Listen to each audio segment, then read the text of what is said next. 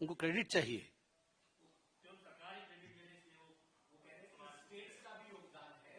तो हमने तो रोका नहीं है। हमने ना राहुल गांधी जी को रोका है, ना खरगे जी को रोका है, ना हमने जयराम रमेश जी को रोका है। हमने कांग्रेस को रोका नहीं है क्रेडिट लेने से। हमने होर्डिंग, बैनर, डिजाइन सब कुछ रिलीज किया हुआ है, वो भी लगा दे।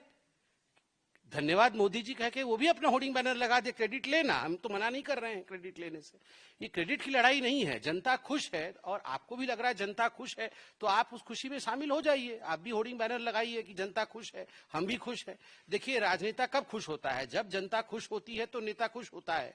आज लोग खुश हैं तो लीजिए ना क्रेडिट। हम तो मना नहीं कर रहे क्रेडिट लेने के लिए।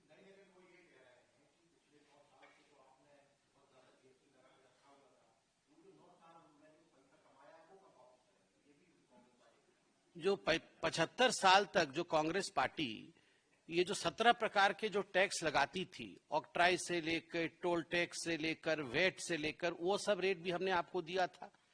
75 साल तक उसको स्ट्रीमलाइन नहीं कर पाई। वन नेशन वन टैक्स वो कर नहीं पाई। अंततोगत्वा भारतीय जनता पार्टी के आने के पश्चात ही जीएसटी संभव हुआ।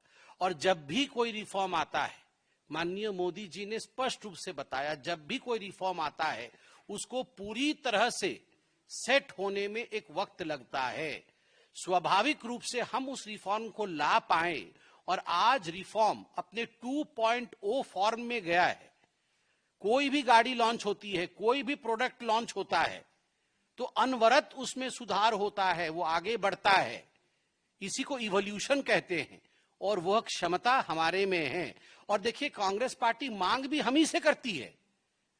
आप देखिए, जब पहलगाम होता है तो बोलते हैं सख्त एक्शन लीजिए। उससे पहले भी बोल रहे थे सख्त एक्शन लीजिए। वो जानते हैं यही सख्त एक्शन ले पाएंगे। जो हमसे ना हो पाया वो यही कर पाएंगे, तभी वो हमसे मांग करते रहते हैं। तो इसमें हमें कोई आपत्ति नहीं है, वो मांग करते रहे। उनकी सारी मांगे जो जनता के अनुरूप की मांगे हैं, वो सारी मांगे मोदी जी ही पूरी करेंगे, और कौन पूरी करेगा?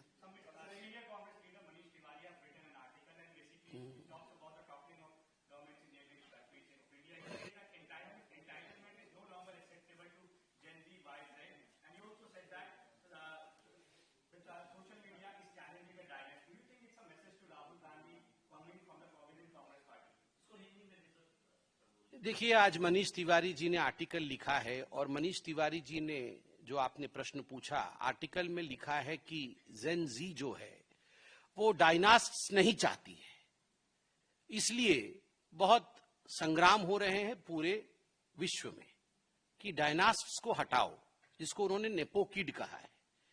वो तो भारतवर्ष की जनता आध्यात्मिक जनता है, भारतवर्ष की जनता जागरूक जनता है। 2014 में ही कर दिया। और भारत की जनता सड़कों पे आकर कुछ करती नहीं है। भारत की जनता बहुत ही अनुशासित तरीके से अपने समय पर सही काम करती है। तो उन्होंने तो नेपो किड को हटा दिया। अब तो नेपो किड तो अब कुछ है भी नहीं, अब होगा भी नहीं उनका कुछ।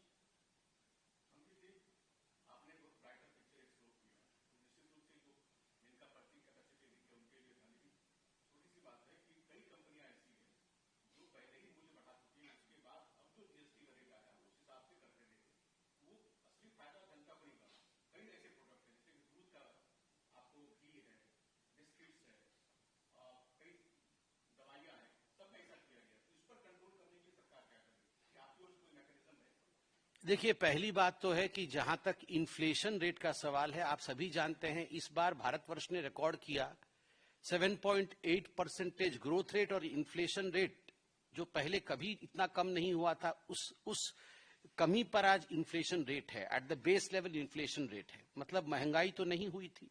आपने कहा बिस्कुट का रेट बढ़ा दिया या दूध का रेट बढ़ा दिया, इन्फ्लेशन रेट तो नहीं है। जीएसटी रिफॉर्म के कारण जो भी रेट था, हमने जो भी टैक्स कटौती की है, अब उससे साधारण व्यक्ति को बहुत फायदा मिल रहा है, इसमें कोई दो मत नहीं है। और भी रैशनलाइजेशन करने की जो आप बात कर रहे हैं, मैंने कहा कि एक अनवरत प्रक्रिया है। समय समय पर जो डिफरेंट एसोसिएशंस है वो वित्त मंत्री जी से मिलते रहते हैं, बात करते रहते हैं, और जहां भी रैशनलाइजेशन की आवश्यकता रहती है वहां होती है।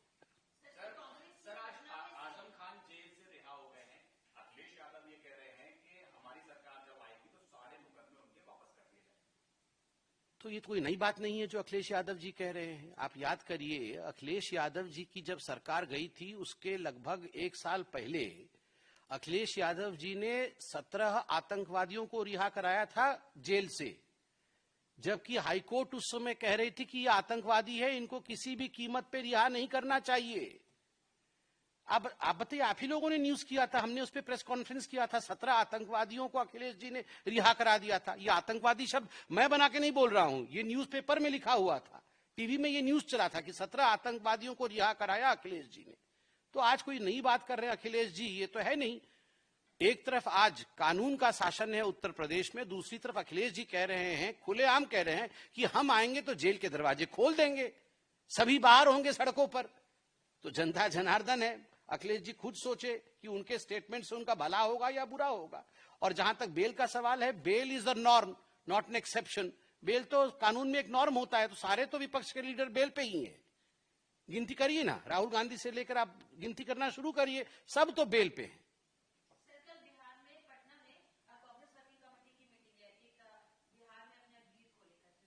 क्या करेगा बिहार में?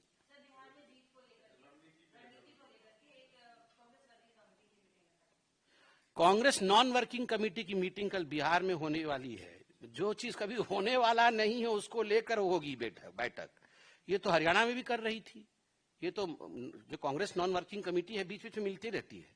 महाराष्ट्र चुनाव से पहले भी मिली थी, हरियाणा चुनाव के पहले भी मिली थी, सब जगह मिलती है। उसके बाद होता कुछ नहीं है उसका। मिलने दीजिए, कल बोलेंगे उसका जवाब। धन्यवाद।